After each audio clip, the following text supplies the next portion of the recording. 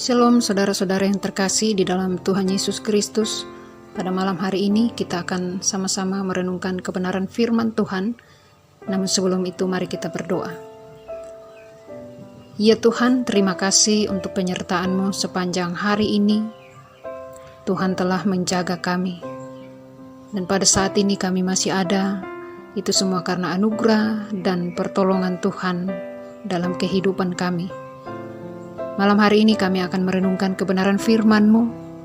Mari sertai kami Tuhan, biarlah Roh Kudus-Mu menolong setiap kami untuk dapat mengerti dan memahami kebenaran firman-Mu. Di dalam nama Tuhan Yesus kami berdoa. Amin.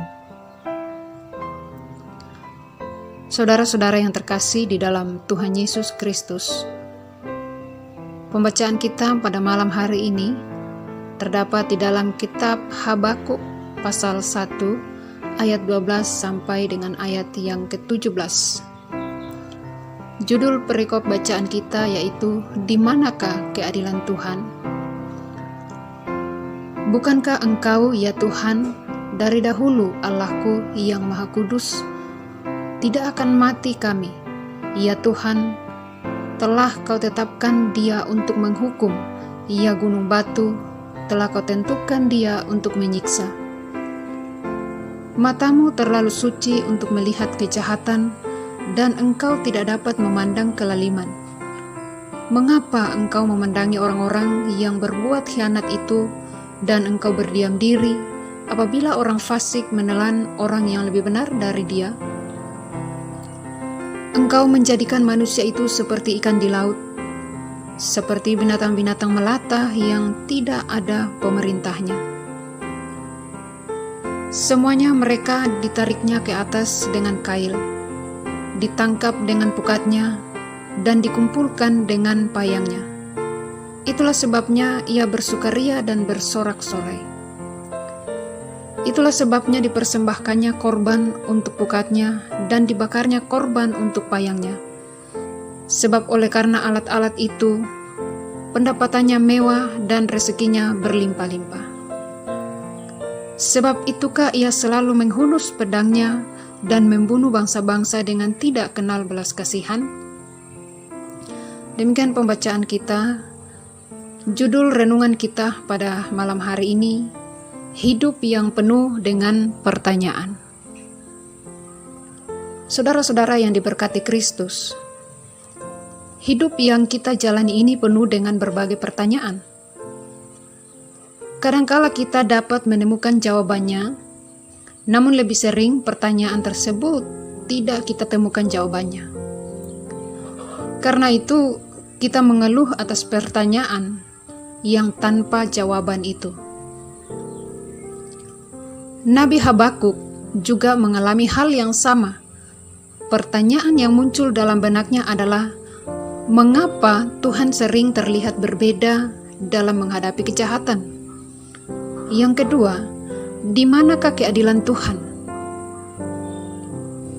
Saudara, dalam keluhannya yang kedua kepada Tuhan, Habakuk mempertanyakan, mengapa Tuhan harus menggunakan bangsa Babel untuk menghukum Yehuda?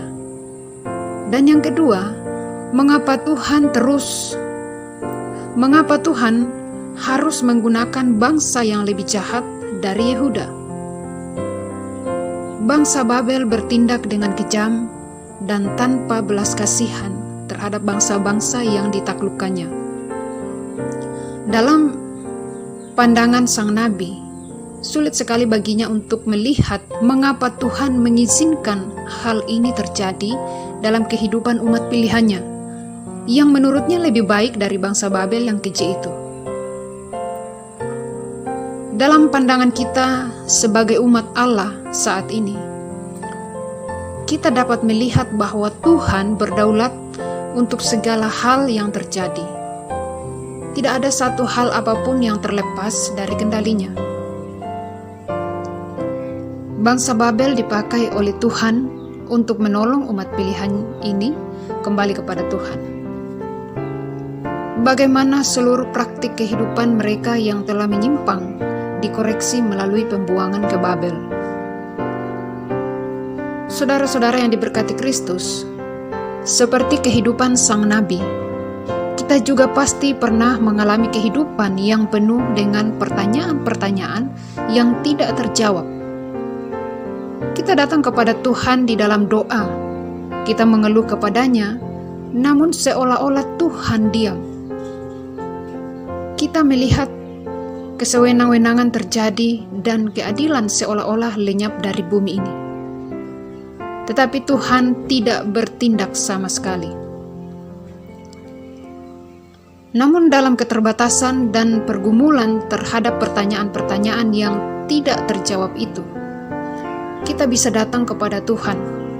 Dari misteri kehidupan, kita dapat belajar untuk menggapai Tuhan dengan keyakinan bahwa Dia adalah Tuhan sumber jawaban yang berdaulat dalam kehidupan kita sebagai umat pilihannya. Demikianlah renungan kita pada malam hari ini. Mari kita berdoa. Terima kasih Tuhan untuk firman-Mu pada malam hari ini. Ajarlah kami untuk senantiasa bersabar di dalam setiap pergumulan-pergumulan kehidupan kami. Ajar kami untuk senantiasa berpikir positif, bahwa Tuhan tidak meninggalkan kami, bahwa Tuhan selalu memperhatikan kami dalam setiap situasi yang kami alami. Kami hanya perlu bersabar dan menantikan Tuhan bekerja atas hidup kami. Roh Kudus-Mu terus menolong dan membimbing setiap perjalanan kami. Terima kasih Tuhan, di dalam nama Tuhan Yesus kami berdoa. Amin.